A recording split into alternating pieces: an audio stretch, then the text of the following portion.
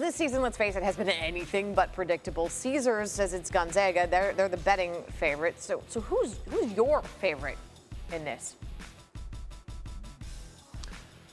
You know, I don't know that there is a favorite. I would say, because I have to pick one, I would say Kansas, because they've got the best inside-outside combination with Devon Dotson, who I think is the Big 12 Player of the Year, and Udoka Azubuike, who is the all-time NCAA leader in field goal percentage. There's no way to simulate Udoka Azubuike in preparation.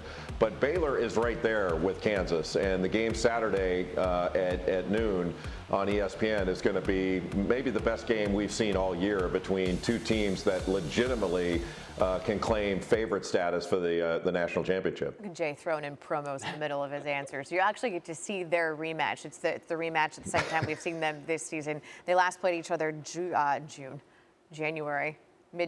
Baylor won that one by 12. What do you expect from the two teams this time around?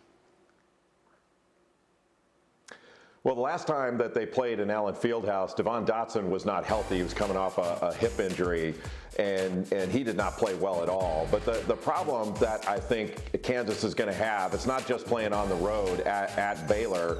It's going to be Baylor's got 4 playmaking guards out there, and that assumes that Maceo Teague is going to play. He's been out the last 2 games with a wrist injury. But because this Baylor team is so good defensively, they've got 4 different guys that can make plays off the dribble on the offensive end. They're so good on the offensive glass. I would give the edge to Baylor playing at home, but Kansas has got to get good performances, I think, out of Marcus Garrett and Ochai Agbaji. That's the difference. Those 2 guys are the difference between having a second weekend run and winning the whole thing. It's not just going to be Dotson and Azubuike. It's going to be the next 2 scorers. Can they get consistent production out of Garrett and Agbaji? If they do, they're capable of cutting the nets down, and I think Baylor is as well. Baylor's just not as consistent of a scoring and shooting team. They're incredibly consistent in finding ways to win and being mentally tough, though. I think they're the toughest team in the country. There could be as many as 10 Big Ten teams that could make the tournament. Maryland, Penn State on top right now. But Bilas, as we look at that cluster down there at the 9-6 record, which Big Ten team in the middle of that pack can make a push into Big Ten? Michigan, and it's not just because the Wolverines have the best fight song in college sports. It's because they have Isaiah Livers back, and Livers twisted his ankle against Indiana, came back in that game, but he did not play in a win against Rutgers at the Rack last night. But Michigan has not only Isaiah Livers, who is an NBA player, but Xavier Simpson, who is one of the best point guards and just a pick-and-roll savant. He also has the best hook shot in all of college basketball, and he's 6 feet tall.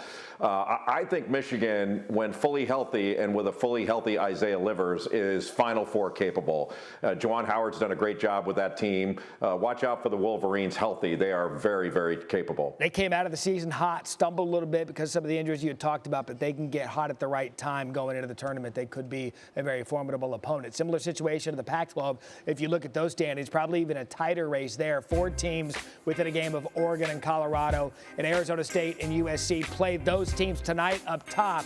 So Bilas, same thing. Of those 4 teams chasing Oregon and Colorado, who can get up there and grab that top spot? I think it's Arizona. Arizona has the most talent. It's just very young in key spots. They've got an outstanding point guard in Nico Mannion, who's averaging over 5 assists per game and can get a shot anytime he wants. He's dynamic off-screen roll. Zeke Naji is their leading scorer, leading rebounder, and really has been the most consistent player that Arizona's had all year long. And at the wing, Josh Green is an outstanding athlete. They've been a little bit up and down, I think, primarily because of their youth. But if they lock in and defend, I think Arizona's got the best chance to jump up and win the Pac-12 tournament and do some damage in the NCAA tournament. And Colorado's the oldest team and I think the best team in the league, but Arizona's one you have to watch out for. Thank you for watching ESPN on YouTube. For more sports and analysis, download the ESPN app, and live streaming sports and premium content, subscribe to ESPN+.